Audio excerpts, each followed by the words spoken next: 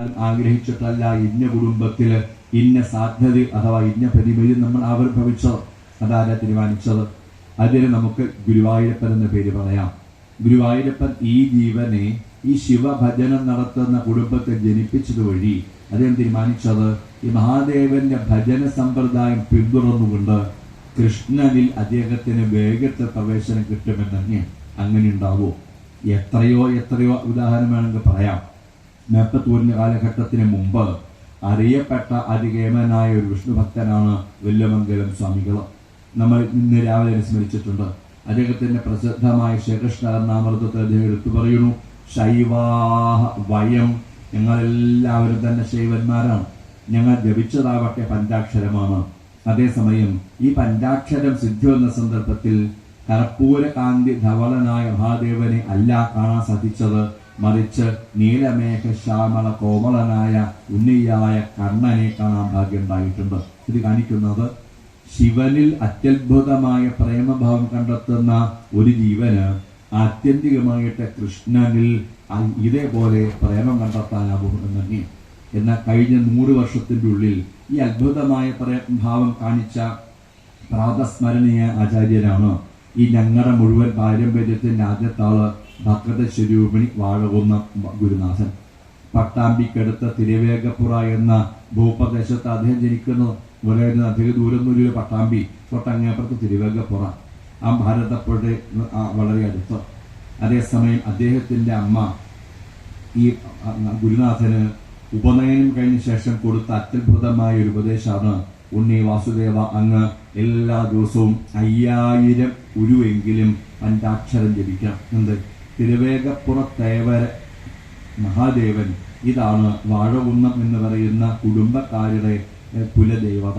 അതുകൊണ്ട് ആ കുലദേവതയെ സന്തോഷിപ്പിക്കണം എന്നാ പറഞ്ഞത്. ഫലം എന്തുണ്ടായി?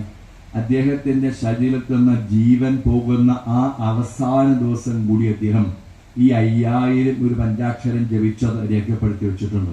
അദ്ദേഹത്തിന് മഹാദേവരിൽ ആണോ ഭക്തി ഉണ്ടായത്, അതോ ഗുരുവായൂരപ്പനാണോ ഭക്തി ഉണ്ടായത്? അതുകൊണ്ട് യേ സ്വപ്രകൃത്യനുഗുണ ഗിരിശം ഭജന്തേ തേഷാം ഫലം ഹി ദൃഢയൈവ തദീയ ഭക്തിയ. അതുപോലെ അനേകം ആചാര്യന്മാര് അവര് കാളിയെ മാത്രമേ പൂജ കഴിക്കൂ എന്ന് അത്യന്തം നിർബന്ധമുള്ളവര്. മറ്റൊരു ഈശ്വരഭാവത്തെയും ഞങ്ങൾക്ക് പൂജ കഴിക്കാൻ പറ്റില്ല. ഇങ്ങനെയുള്ളവരുടെ ഇല്ലങ്ങളില് ഇന്ന് ദേവി ഭാഗവതം അല്ല വായിക്കുന്നത്, മറിച്ച് ശ്രീമദ് ഭാഗവതം വായിക്കുന്നു. എന്താ കാരണം? അവർക്ക് നല്ലുറപ്പുണ്ട് ഈ കാളി ഉപാസനയാണ് കൃഷ്ണനിലേക്കുള്ള പ്രവേശനത്തെ തങ്ങൾക്കുണ്ടാക്കി തന്നത്. അതുകൊണ്ട് ഏത് കുടുംബ പശ്ചാത്തലത്തിലാണോ നമുക്ക് ഈശ്വരൻ ജന്മം നൽകിയത്, ആ കുടുംബത്തിന്റെ ഈശ്വരാരാധനാക്രമം ഒരു വിട്ടുവീഴ്ചയില്ലാതെ ആചരിക്കുന്നത് വഴി ദേവദേവനായ കൃഷ്ണനിലേക്ക് നമുക്ക് പ്രവേശനം കിട്ടുന്നുണ്ട്.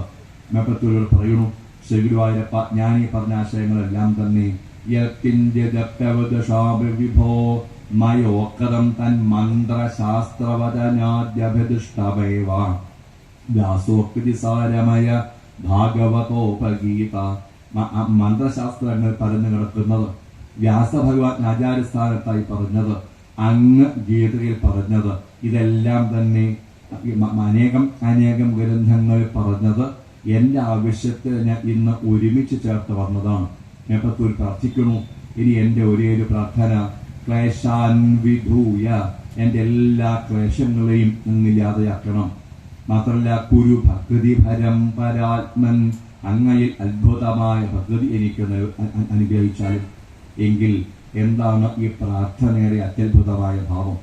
ഞാൻ ദുഃഖിക്കുന്നു എന്നത്, ഞാൻ സുഖിക്കുന്നു എന്നത് നമുക്ക് എങ്ങനെയാണ് തീരുമാനിക്കാൻ പറ്റുന്നത്? നമ്മുടെ മനസ്സാണ് ഇതെല്ലാം തന്നെ സുഖമാണ്, ഇതെല്ലാം തന്നെ ദുഃഖമാണ് എന്ന് നമുക്ക് അനുഭവിപ്പിക്കുന്നത്. ഈ മനസ്സിന്റെ സങ്കല്പ വികല്പങ്ങളോ എന്ന് ആചാര്യന്മാര് പറയും. എങ്കിൽ ഇതേ മനസ്സിലേക്ക് ശ്രീകൃഷ്ണന്റെ അത്യത്ഭുതമായ പ്രേമം കടന്നു വരണം. അപ്പൊ എന്തുണ്ടാവും? ജീവിതത്തിൽ കാണുന്നതും കേൾക്കുന്നതും എല്ലാം ശ്രീകൃഷ്ണനോടുള്ള പ്രേമം എന്ന ഭാവം ഉണ്ടാവും. അതാ പറഞ്ഞത് കുരു ഭക്തിഭരം പരാത്മൻ.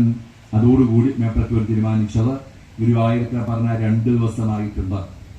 അടുത്ത ദിവസം ഈ ശ്രീമദ് നാരായണീയ ഗ്രന്ഥം സമർപ്പിക്കുക തന്റെ ഇല്ലത്തേക്ക് പോവാൻ തന്നെ. അന്നും പഴയത്തുമായി വിശ്രമിക്കുന്ന മേൽപ്പത്തൂരിന്റെ അടുത്തേക്ക് ഗുരുവായൂരപ്പൻ വരുന്നു.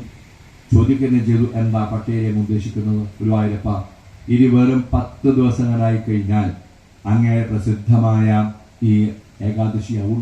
ഓരോ ദിവസം കഴിയും തോറും തിരക്കങ്ങനെ വർദ്ധിച്ച് വരുന്നുണ്ട്. അതുകൊണ്ട് ഞാൻ നാളെ ഈ ഗ്രന്ഥം സമർപ്പിക്കാം, ഇല്ലത്തേക്ക് പോവാം എന്ന് ഞാൻ ആഗ്രഹിച്ചത്. എന്തേ അങ്ങനെ ചിന്തിക്കാൻ ഇടയായത്? വീണ്ടും ചോദിക്കുന്നു.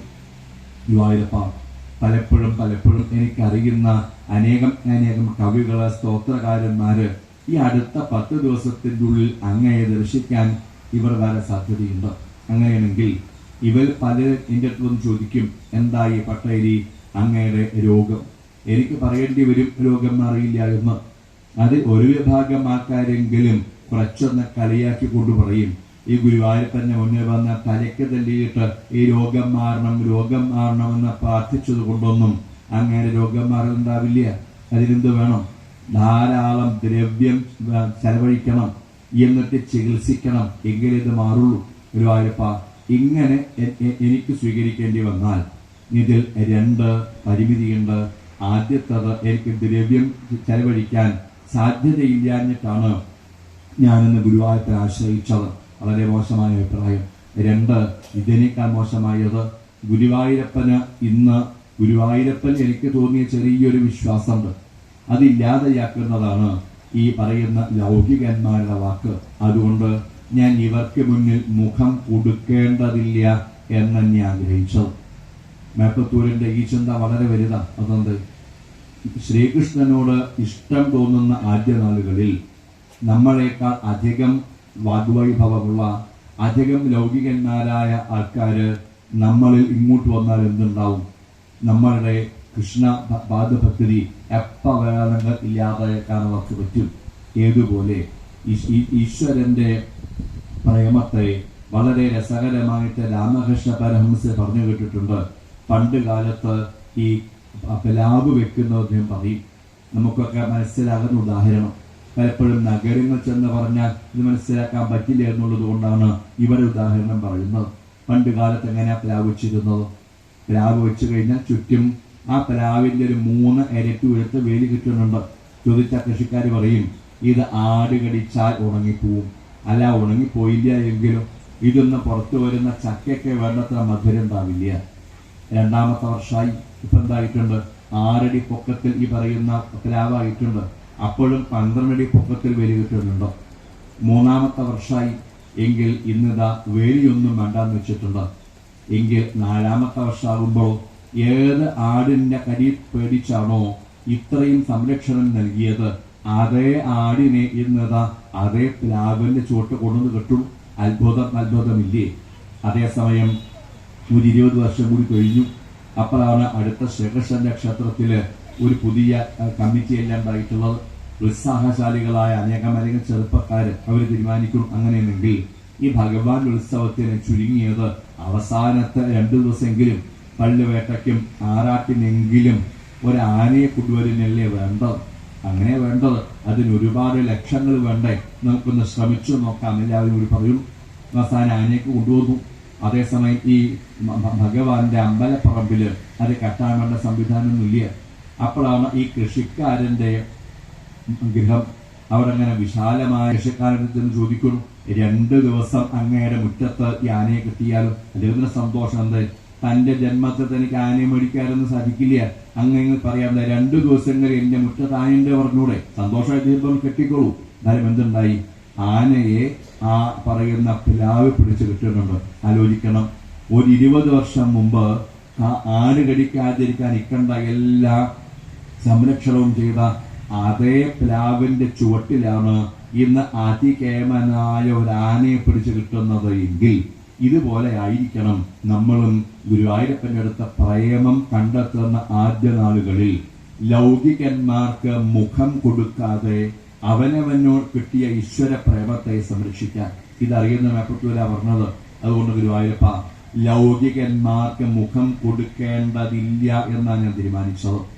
ഗുരുവായൂരപ്പൻ പറഞ്ഞു, ഞാൻ ഇതെല്ലാം അംഗീകരിക്കുന്നു പട്ടേരി. അതേസമയം ഈ 90 ദിവസത്തിന്റെ ഉള്ളിൽ അങ്ങ് എന്തെല്ലാമാണോ ഗുരുവായൂരപ്പന എന്നോട് പറഞ്ഞത് അതെല്ലാം ഞാൻ അംഗീകരിച്ചിട്ടുണ്ട്. 21 ദിവസം അങ്ങ് പറഞ്ഞു, ആ കൽപ്പകാലമിഹ സാധുജനാഭിരക്ഷീ നാരായണോ നരസഖ പരിപാഹി ഭൂമൻ. ഈ കൽപ്പകാലം കഴിയുന്നവരെയും നരസഖനായ നാരായണൻ എന്ന ഭാവത്തിൽ ഗുരുവായൂരപ്പ അങ്ങ് ഇവിടെ അങ്ങനെ ഗുരുവായൂരിൽ ശോഭിക്കണം എന്ന് അങ്ങ് പറഞ്ഞു. ഞാൻ അംഗീകരിച്ചു.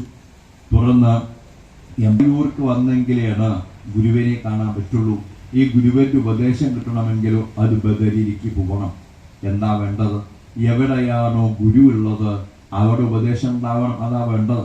ഗുരുവായൂരപ്പൻ തുറന്നു പറയുന്നു, അങ്ങ് അതുകൊണ്ട് തന്നെ ശ്രീമദ് ഭാഗവതത്തിലെ ഉപദേശം പറയുന്ന, മുക്തി പറയുന്ന ഏകാദശം എനിക്ക് വേണ്ടി സംഗ്രഹിച്ച് സ്തുതിക്കണം.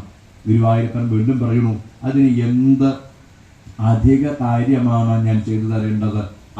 വീണ്ടും പറയുന്നു, പറയുക മാത്രമേ ഉള്ളൂ എന്നത്. ഉടനെ തന്നെ മേപ്പത്തൂർ പറയുന്നു, പറഞ്ഞതെല്ലാം അങ്ങേക്ക് അനുവദിക്കാമോ? പറയുക മാത്രമേ വേണ്ടൂ. വീണ്ടും പറയുന്നു, ഗുരുവായൂരപ്പൻ ഒരു വലിയ പരീക്ഷ നിരത്തി വെച്ചാണ് ചോദിച്ചത്. എന്താ പറയുന്നത്? മേപ്പത്തൂരെങ്ങാനും എന്റെ വാതരോഗങ്ങൾ മാറ്റിത്തരൂ എന്ന് പറഞ്ഞിരുന്നു എങ്കിൽ ഗുരുവായൂരപ്പൻ ഒരു പ്രയാസമില്ലാതെ പറയും, പട്ടേരി എനിക്ക് അങ്ങ് പറഞ്ഞതുപോലെ തിരക്ക് അധികം വരുന്ന ദിവസങ്ങൾ, അതുകൊണ്ട് ഏകാദശി കഴിഞ്ഞ് ഒരു 4 ദിവസത്തെ വിശ്രാമം കൂടി കഴിഞ്ഞ് നമുക്ക് വീണ്ടും ഒന്നിച്ചു ചേരാമെന്ന് പറയാൻ ഗുരുവായൂരപ്പന് ഒരു മടിയൊന്നും ഉണ്ടാവില്ല. എങ്കിൽ ഈ ഗുരുവായൂരപ്പന് മുന്നിൽ അത്യത്ഭുതമായ പ്രാർത്ഥനയാണ് മേപ്പത്തൂർ പറയുന്നത്. ഗുരുവായൂരപ്പ, ഞാൻ പ്രാർത്ഥിക്കും, എന്താ വിഷയസുഖങ്ങൾ എന്നെ ഭരിക്കരുത് എന്ന് അനുവദിക്കാമോ? പ്രയാസമില്ല. ഒരിക്കലും ഞാനൊരു വാസുദേവ പരാങ്മുഖൻ ആവരുത് പ്രാർത്ഥിക്കും. അനുവദിക്കാമോ? പ്രയാസമില്ല. മാത്രമല്ല, ഉദ്ധവോപദേശം നടത്തുന്ന അങ്ങ് പറഞ്ഞിട്ടുണ്ട്, നിസ്സംഗനായിട്ട് കർമ്മം ആചരിക്കൂ. ഉദ്ധവ പറഞ്ഞിട്ടില്ലേ? പറഞ്ഞിട്ടുണ്ട്. ഇത് ഉപദേശിക്കുന്ന അങ്ങേക്ക് ഇത്ര അളവിൽ നിസ്സംഗത ഈ ശിഷ്യനായ ഉദ്ധവന് ഉണ്ടാവട്ടെ എന്നൊരു സങ്കല്പം ഉണ്ടായിട്ടില്ലേ? ഞാൻ പ്രാർത്ഥിച്ചു കഴിഞ്ഞാൽ അതേ അളവിലുള്ള നിസ്സംഗത ആചരിക്കാനുള്ള ആർജവം എനിക്ക് അനുവദിക്കാമോ? അത് മാത്രം പോരാ, പിന്നെന്ത്? ഉദ്ധവ അങ്ങ് ജ്ഞാനം വളർത്തു എന്നിട്ടുണ്ട്. ചോദിച്ച സന്ദർഭത്തിൽ ശ്രീ ഗുരുവായൂരപ്പന്റെ കണ്ണു വികസിക്കുന്നു. അദ്ദേഹത്തിന് കാര്യം ഉറപ്പായി. ഒരു സാധാരണ ഭാഗവത ഉപാസകന് പറയാൻ പറ്റുന്ന, ചോദിക്കാൻ പറ്റുന്ന കാര്യമല്ല മേപ്പത്തൂർ ചോദിച്ചത്. നമുക്ക് എന്തേ പറയാൻ പറ്റൂ? ഗുരുവായൂരപ്പ, നിസ്സംഗനായി കർമ്മം ചെയ്യാൻ അനുഗ്രഹിക്കണേ, ഭക്തി വളർത്താൻ അനുഗ്രഹിക്കണമേ, ജ്ഞാനം സമ്പാദിക്കാൻ അനുഗ്രഹിക്കണേ, ഇതേ പറയാൻ പറ്റുള്ളൂ. അതേസമയം ഈ പറയുന്ന ഭാഗവതാശയങ്ങൾ നിരന്തരമായി ആലോചിച്ച് ഉറപ്പിച്ച മേപ്പത്തൂരിന് ഒരു കാര്യം ഉറപ്പായിട്ടുണ്ട്. ഇതൊന്നും എത്ര വായിച്ചിട്ടും കാര്യമില്ല, എത്ര ആലോചിച്ചിട്ടും കാര്യമില്ല. അതെന്ത്? തനിക്കത് ജീവിതത്തെ കണ്ടെത്താനാവണില്ലല്ലോ, എന്തു വേണം? അപ്പോഴാ പറഞ്ഞത്, ഈ ആശയങ്ങൾക്കെല്ലാം ആശ്രയമായ ഗുരുവായൂരപ്പന്റെ അത്യത്ഭുതമായ കാരുണ്യം സ്വീകരിക്കുമ്പോഴാണ് ഇതെല്ലാം ഒരാൾക്ക് അനുഭവിക്കാനാകുക.